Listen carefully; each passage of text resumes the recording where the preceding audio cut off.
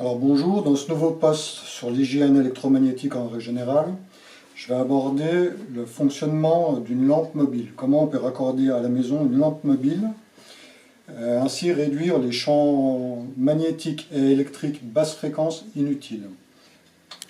Ce petit post est valable pour les Français et pour les Suisses. Comme ça dans un supermarché approprié. Et puis voilà, je l'insère du côté de la phase, j'ai bien mon petit tournevis qui s'allume en remettant mon doigt. Et dans le neutre, j'ai rien du tout. Voilà.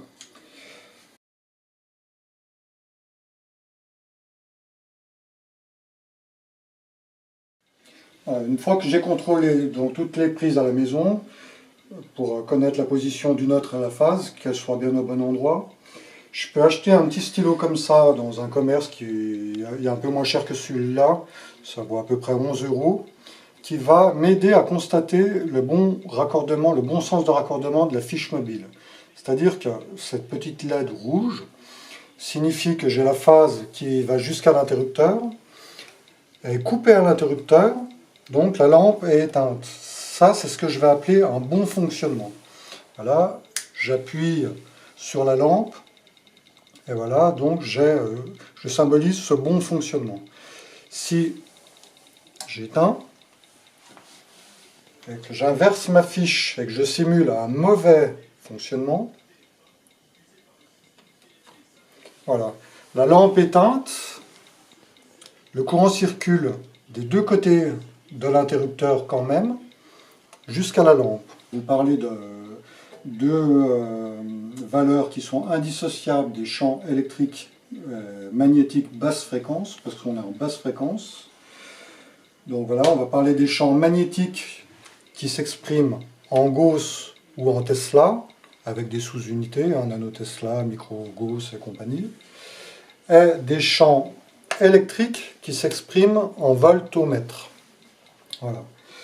Donc, installation bien raccordée, ma lampe éteinte, je constate que j'ai un champ magnétique actuellement qui est à peu près de 5 nanotesla. Donc je vais me passer de ce protocole. Donc on va garder cette mesure de 5 nanotesla. Et on va parler aussi des champs électriques qui sont produits autour de cette ampoule. C'est-à-dire que là, éteint, dans l'environnement de ma pièce, je suis soumis à un champ électrique, un peu par les ampoules, dans toutes les maisons il y a un champ électrique, de 4 volts entre moi et la terre, moi et la lampe éteinte. Voilà, donc c'est des valeurs que je vais noter, lampe éteinte et allumée, 5 nanotesla, et puis à peu près 4 volts et demi au mètre à cette distance de l'ampoule. Maintenant je vais allumer l'ampoule, puis on va voir ce qui se passe. Voilà, c'est indissociable. On voit les champs électriques qui étaient précédemment à 5 nanotesla, on les voit monter au double, ils sont à 11. Et puis pareil, le champ électrique qui était à 4, j'ai la même distance de la lampe, voilà, il monte à 8 au double aussi. Ça, c'est des valeurs d'installation normale. Et je vais vous faire voir que chez vous, vous pouvez avoir des valeurs qui sont inutiles, et puis qu'on va tenter de corriger ensemble. Donc volontairement, je mets ma fiche fausse, ce que j'appelle faux. Je constate que la phase traverse l'interrupteur et va jusqu'à la lampe. Je vois que mon champ magnétique a cette fois-ci un peu augmenté, mais pas beaucoup. Je reste à peu près dans la valeur des 5 que j'avais précédemment. Par contre, en champ électrique, avec une fiche inversée, lampe éteinte, je devrais être à 4 volts au mètre, et puis voilà, je suis au triple, je suis à 15, 16 volts.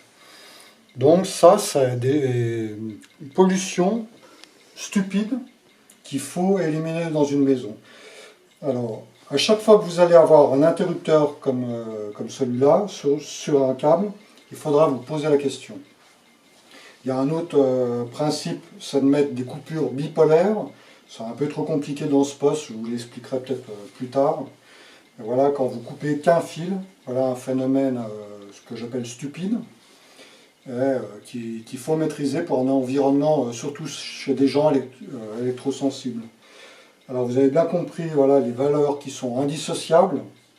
On parle bien de champs magnétiques, basse fréquence et de champs électriques.